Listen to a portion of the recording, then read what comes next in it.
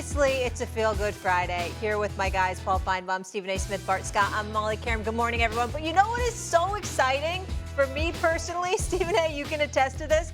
We're not talking about the drama off the field. We have actual football. We have real games. Thank you, thank you, thank you. So let's get it started. How you guys feeling this morning? Great.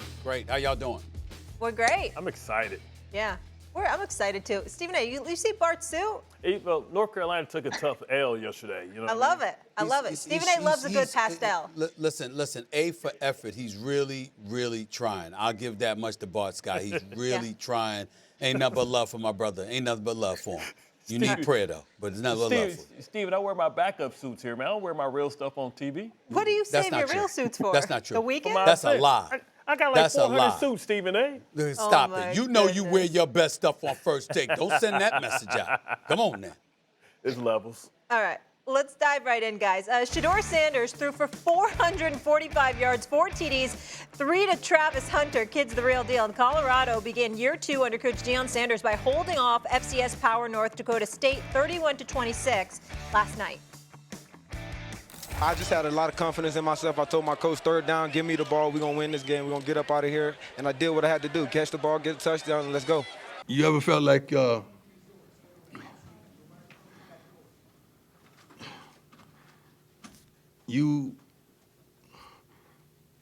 won, but you didn't win?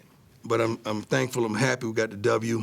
I think 31 NFL scouts are on hand tonight, and I think they saw what they came to see.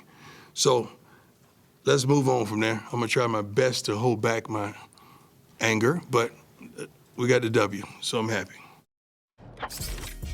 All right, check out this photo of the night. That was a touchdown by Travis Hunter. Unreal.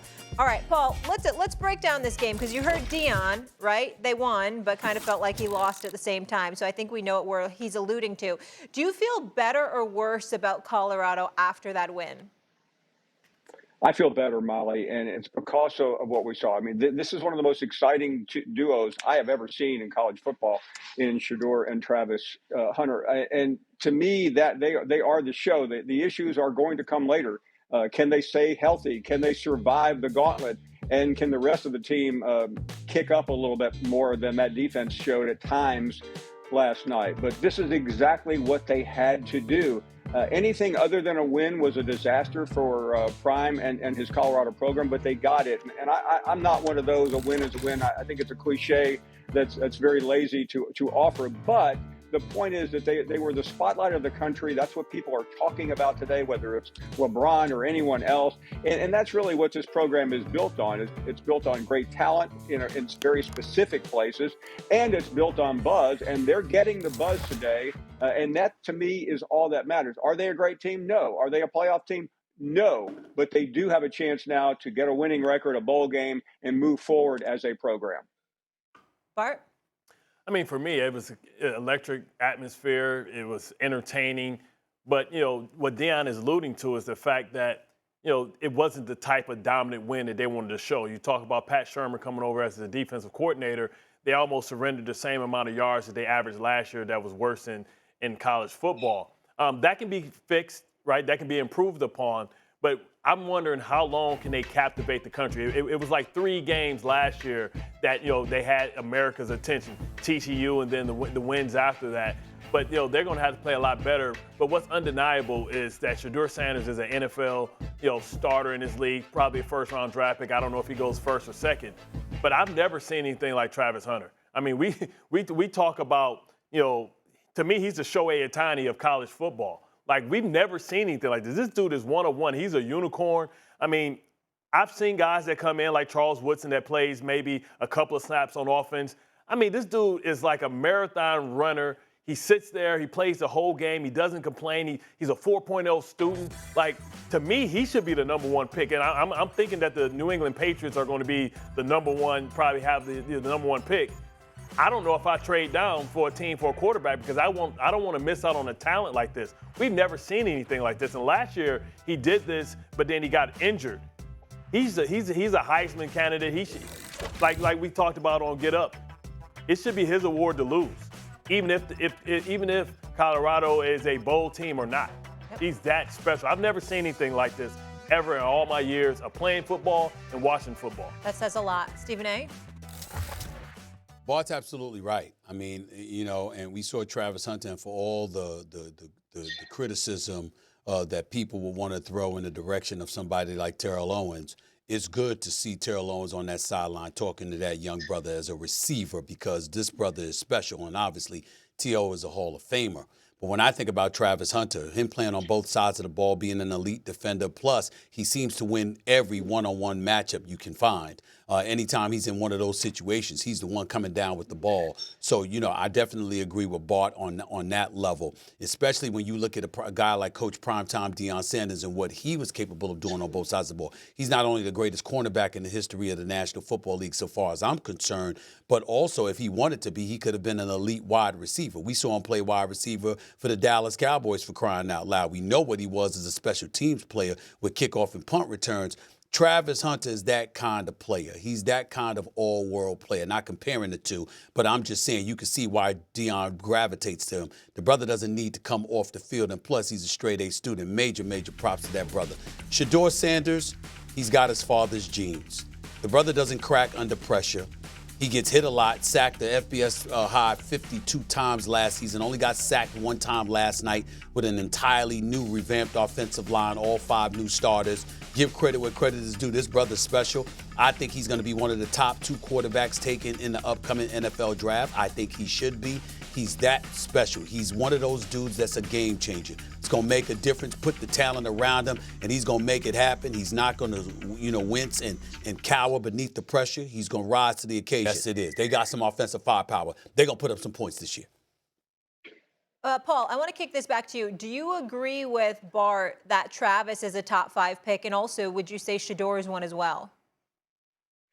To me, they both look like top 5 picks, and I totally agree with Bart, because we have seen enormously talented players come down the pike, but very few just leave your jaw on the table, and even beyond the top 5. And I even hate to go there. We're still in August, but we could have a unique situation that I don't believe we've had since the 50s in Paul Hornung, where Travis Hunter, I think, if he doesn't get edged out by his quarterback, could legitimately win the Heisman Trophy regardless of Colorado's record. There's a cliche that we often disseminate that you have to be a contender. I've said it 1,000 times on this show, but he's different. Travis Hunter can do it all, and we've seen that very rarely. Woodson was unique. Desmond Howard could do a lot of different things, and that's why they won the Heisman Trophy. They did more than their position, and he does. He plays his position as wide receiver better than anyone, and he plays obviously the cornerback position better than anyone, and that is unique. And even for dying breeds like me who don't like to vote for average teams to win the Heisman, he shatters the mold. And I think and it's early, we know, but if this team can move on, and if he can stay healthy, and I think that's the key. He's playing way too much against a team like North Dakota State last night. He needs breaks, otherwise he's going to get banged up. My concern looking at them, you're totally right about that, Paul, but I'm looking at a couple of things. Last year, Colorado ranked dead last in its running game with just 68.9 yards per game, 2.3 yards per carry. And clearly, it doesn't look like that was addressed. You're going up against an FCS school, North Dakota State, even though they're obviously elite on that level. The bottom line is when you look at them, you're supposed to be able to run the football a bit more effectively. Of all the changes that Deion Sanders talked about making, he clearly made an effort to protect his quarterback, his son, at the quarterback position with 5 new offensive linemen. All right, so they can pass block a little bit better, it appears. And hopefully that will continue to be the case. But what about developing a running game? Because that can also take some pressure off your son at the quarterback position. And I didn't see any evidence of that last night. And then on the defensive side of the ball, you had literally 9 drives for North Dakota State that went at least 9 plays.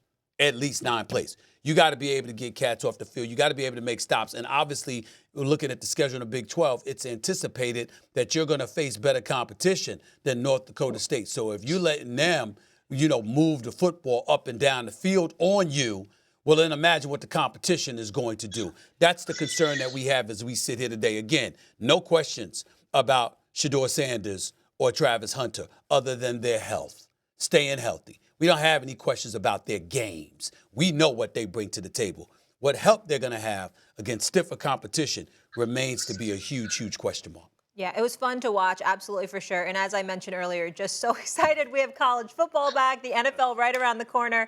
And obviously, we know it's in season, Paul, because I know you're in transit, actually in the airport right now. So I appreciate you making time before you catch your flight. And I'll let you roll before too much craziness. I think I hear a baby behind you. One thing I just want to know before we let you out, Paul, what do you think is going to be the biggest headline after week 1 for casual football fans?